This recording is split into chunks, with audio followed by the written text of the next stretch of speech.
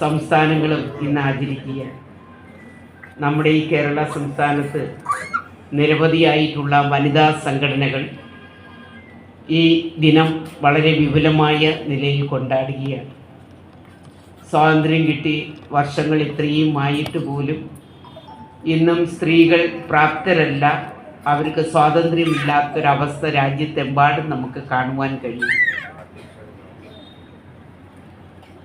ഇനി എത്ര വർഷം കഴിഞ്ഞെങ്കിൽ മാത്രമേ സ്ത്രീ ശാക്തീകരണം നമ്മുടെ രാജ്യത്ത് പൂർത്തിയാകുവാൻ കഴിയൂ എന്ന് നാം ചിന്തിക്കേണ്ടുന്ന അവസ്ഥയാണ് ഇന്ന് നമുക്ക് കാണുവാൻ കഴിയും.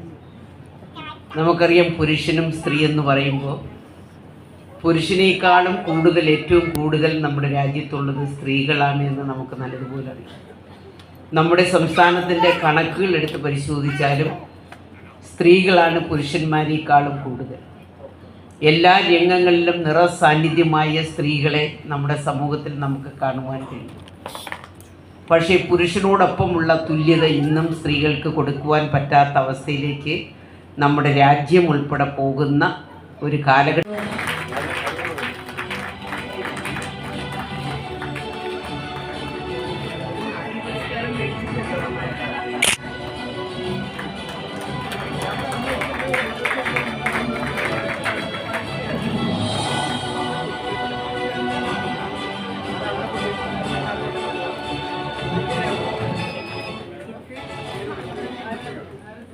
അടുത്തതായി ഡോക്ടർ രമണി നായർ, ഡയറക്ടർ, സ്വപ്നക്കോട്.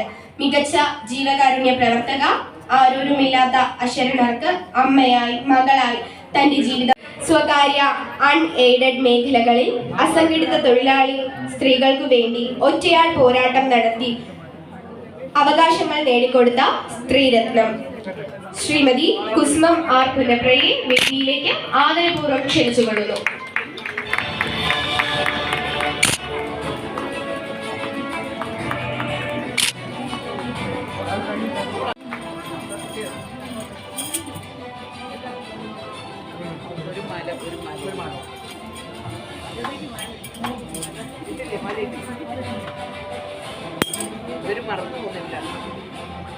അടുത്തതായി ആദരവ് ഏറ്റുവാങ്ങുന്നതിനായി ശ്രീമതി രഞ്ജിനി ആർ, ഷോട്ട് പുട്ടിലും വെള്ളിയും ബാഡ്മിന്റണിൽ വെങ്കലവും കരസ്ഥമാക്കിയ ശ്രീമതി രഞ്ജിനി ആറിനെ വേദിയിലേക്ക് ആദരപൂർവ്വം ക്ഷണിച്ചുകൊള്ളുന്നു.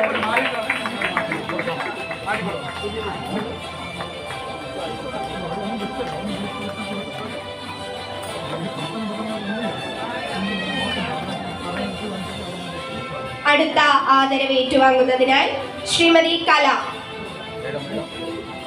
സംസ്ഥാന പാരാ അത്ലറ്റിക് ചാമ്പ്യൻഷിപ്പിൽ ഷോട്ട് പുട്ട്, ബാഡ്മിന്റൺ എന്നീ ഇനങ്ങളിൽ ബ്രോൺസ് മെഡൽ കരസ്ഥമാക്കിയ ശ്രീമതി കലയെ ആദരവ് ഏറ്റുവാങ്ങുന്നതിനായി ആദരപൂർവ്വം വേദിയിലേക്ക് ക്ഷണിച്ചുകൊള്ളുന്നു.